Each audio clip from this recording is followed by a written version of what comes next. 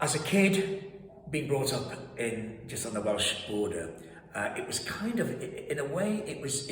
I won't say Neverland. It was our kind of holy grail. Liverpool was always, for us kids growing up, it was all about the Beatles and all about the Jimmy Tarbecks of the day and the football team. So I had this kind of Willy Wonka, Wizard of Oz. It was kind of Oz. It was Oz to me. So, you know, as a kid of 8 or 9, driving through the tunnel and coming out, it was technical. It was Dorothy waking up in technical Oz. I can't believe I'm saying this, but it's true. I'm not saying that Wales or where I grew up was black and white. It certainly wasn't. But there was something special and something magical because it was late 60s. It had all the teams, the football teams and all that. So we all aspired. I think we were called plastic Scousers or Welsh Scousers. So there was always an aspiration and that magic about Liverpool.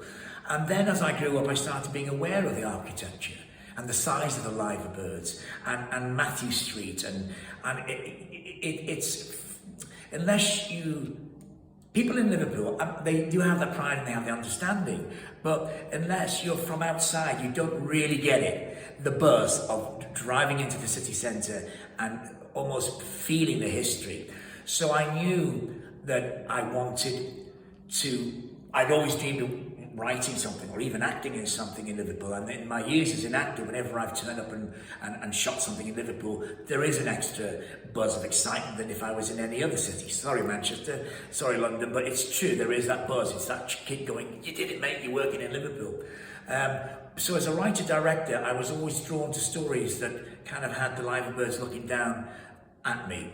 Romantic and naff as that sounds, it's kind of true. But that was always the periphery. That was the periphery thought. But more importantly, we're getting to Bolan's shoes now. I'd just recently read an autobiography by the lovely actor and friend of mine, Paul Barber.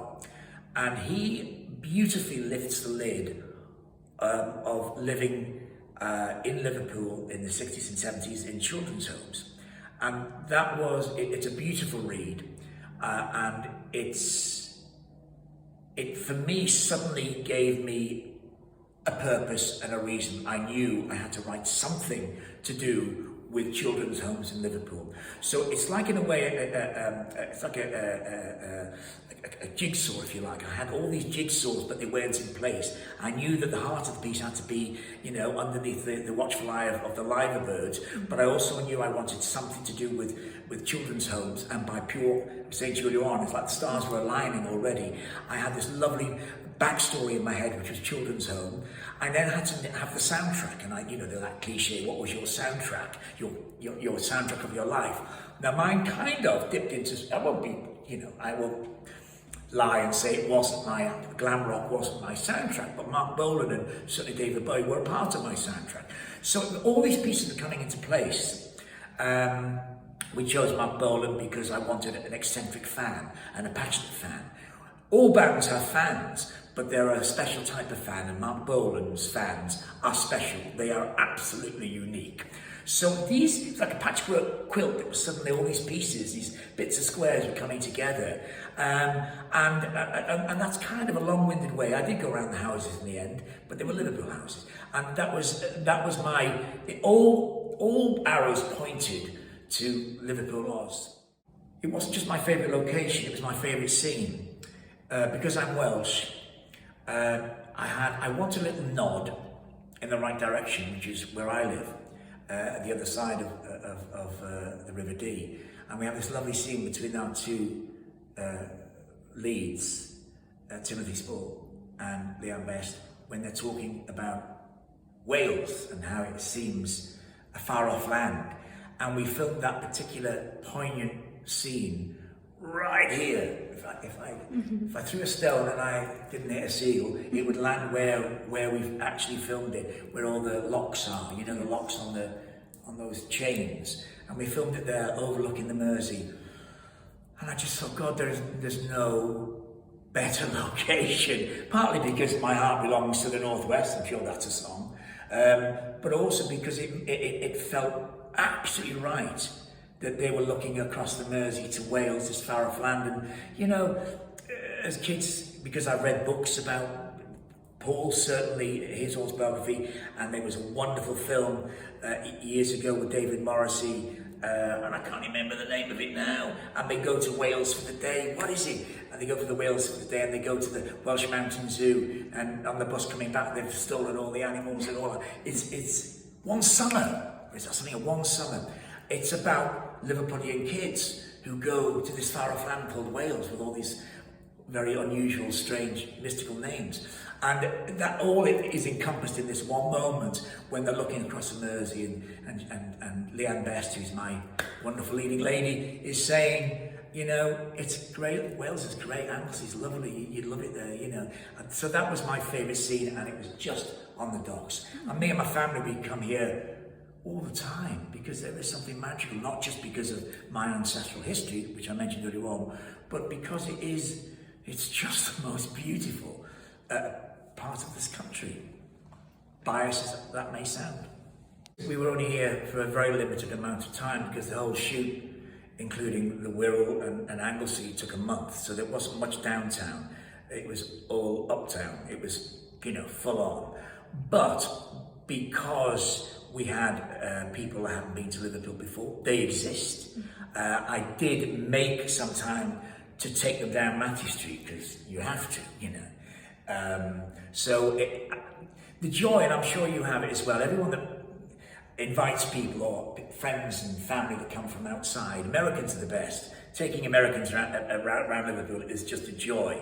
And I think I had that luxury of taking some people who'd never been to Liverpool before around some of the fun spots of Liverpool. So that was a joy to see their faces. There was a couple of Beatle fans who had never been to Matthew Street before, and that was a joy. And of course we filmed in Eric's with its history, and there's a few of my friends who had come for the extras for the day, and they all piled into Eric's, and some of them had never been. So it was a joy to introduce them, and I became a token Liverpudlian for the few days I was here, even though I'm a Welsh Scouser. You know, I kind of, you know, that was something that was my manner for 4 days only. So I enjoy taking them around, and obviously we filmed down here, we filmed right on the docks.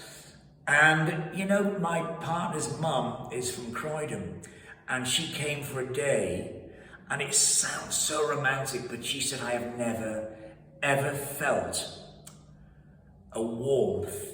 I know it's cliche, we know we're used to this, but it's true. This comes from someone from London. He said, I've never felt a warmth and a friendliness before like that. She was blown away, and I thought that was a bit part of mythology of Liverpool, but I'd never seen it firsthand when she was almost overwhelmed by how lovely Liverpool is. And I think we kind of do take it for granted.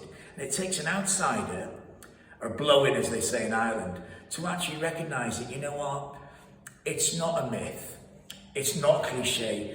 For whatever reason, we know the reason, historically we know, but that's beside the point. Today's Liverpudlians are as friendly as ever, and that's why it's a joy to film in this city. We never had anything but a supporting, smiling face from the people who were watching us film, you know. It is a joy, cliche as that sounds.